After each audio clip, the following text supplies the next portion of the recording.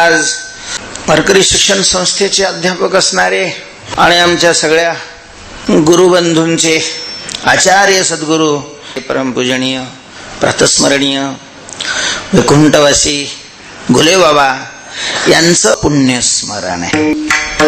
मोठ्याला ओळखण्याकरता मोठं व्हावं लागतं.